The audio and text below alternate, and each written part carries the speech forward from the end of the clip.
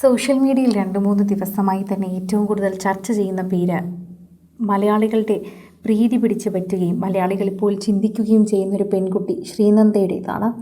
3 ദിവസം മലയാളികൾ എല്ലാവരും ഈ തിരച്ചിലിന് പിന്നാലെയായിരുന്നു. അതുപോലെ തന്നെ പല താരങ്ങളും ഈ കുട്ടിയുടെ തിരിച്ചുവരവിനായി പ്രാർത്ഥിച്ചിരുന്നു എന്ന് മനസ്സിലാക്കുകയാണ് ഇപ്പോൾ. അത്തരം മനസ്സിലാക്കി തരുന്ന ഒരു പോസ്റ്റാണ് നടി ഭാമ പങ്കുവച്ചിരിക്കുന്നത്. ഭാമ ഇപ്പോൾ ശ്രീനന്ദയുടെ മരണവാർത്തയറിഞ്ഞ് വേദനപ്പെട്ടിരിക്കുന്നൊരു പോസ്റ്റാണ് പങ്കുവച്ചിരിക്കുന്നത്. ഇത്രയുമധികം താരങ്ങൾ പോലും ആ ഒരു വാർത്തയ്ക്ക് വേണ്ടി, ആ ഒരു കുഞ്ഞിൻ്റെ തിരിച്ചുവരവിന് വേണ്ടി കാത്തിരിക്കുകയായിരുന്നു. കുറച്ച് ദിവസങ്ങൾക്ക് മുൻപ് മറ്റൊരു പെൺകുട്ടി ഇതുപോലെ ട്രെക്കിങ്ങിൻ്റെ ഇടയിൽ അകപ്പെട്ടു പോയി പിന്നീട് തിരിച്ചു വന്നതിനെക്കുറിച്ചുള്ള വാർത്തകൾ നമ്മൾ എല്ലായിടത്തും കേട്ടിട്ടുണ്ടായിരുന്നു. അതിനു പിന്നാലെ തന്നെ ഇപ്പോൾ ഈ കുട്ടിയുടെയും തിരിച്ചുവരവിൻ്റെ വാർത്തകളാണ് എല്ലാവരും പ്രതീക്ഷിച്ചിരുന്നത്. എന്നാൽ എല്ലാവരെയും ഞെട്ടിച്ചുകൊണ്ട് പുറത്തു വന്നത് ആ പെൺകുട്ടിയുടെ മരണവാർത്ത തന്നെയാണ്.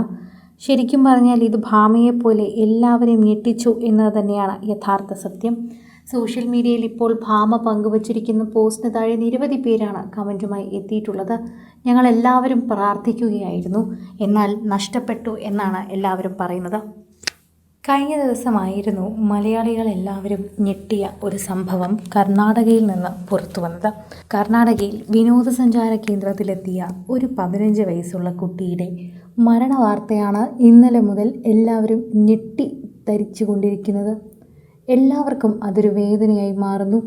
ശ്രീനന്ദ എന്ന പെൺകുട്ടി പഠനത്തിലും കലാപരമായും ഒക്കെ മുൻപന്തിയിൽ നിൽക്കുന്ന ഒരു പെൺകുട്ടി കുടുംബത്തോടൊപ്പം തന്നെ ചിക്മംഗ്ലൂരിലേക്ക് യാത്ര തിരിച്ചു.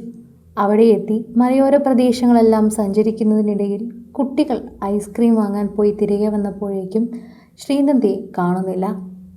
മുന്നേ പോയിട്ടുണ്ടാകുമെന്ന് കരുതി താഴേക്ക് എത്തിയപ്പോഴേക്കും ശ്രീനന്ദ അവിടെയുമില്ല.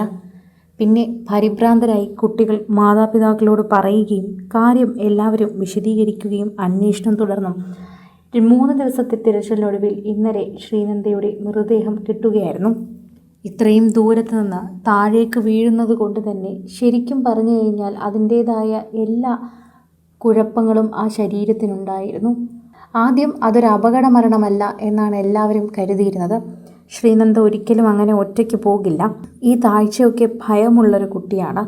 അതുകൊണ്ട് തന്നെ അങ്ങനെ പോകില്ല എന്നൊരു വിശ്വാസത്തിൽ മാതാപിതാക്കളെല്ലാം കുറ്റം ആരോപിച്ചിട്ടുണ്ടായിരുന്നു.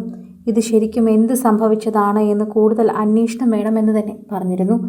എന്നാൽ ശ്രീനന്ദയുടെ പോസ്റ്റ്മോർട്ടം റിപ്പോർട്ട് പുറത്തു വരുമ്പോൾ അതിൽ സംശയാസ്പദമായി ഒന്നും തന്നെയില്ല. ഇത്രയും അധികം താഴ്ചയിലേക്ക് വീഴുന്ന ഒരു ശരീരത്തിലുണ്ടാകുന്ന പാടുകളും മുറിവുകളും തന്നെയാണ് ശ്രീനന്ദയുടെ ദേഹത്തും ഉള്ളത്. അതുതന്നെയാണ് ഇപ്പോൾ തിരിച്ചറിയാനും പറയാനും സാധിക്കുന്നത്. ഇതോടെ തന്നെ എല്ലാവരും ഇപ്പോൾ ശ്രീനന്ദയുടെ മൃതദേഹത്തിനരികിൽ വിലാപമായി കരയുന്ന കാഴ്ചയാണ് പുറത്തു വന്നത്. കൂടുതൽ സിനിമ, സീരിയൽ, ചാനൽ വാർത്തകൾക്കും നിങ്ങളുടെ പ്രിയപ്പെട്ട താരങ്ങളുടെ എക്സ്ക്ലൂസീവ് അഭിമുഖങ്ങൾക്കുമായി സബ്സ്ക്രൈബ് ചെയ്യാൻ മറക്കല്ലേ.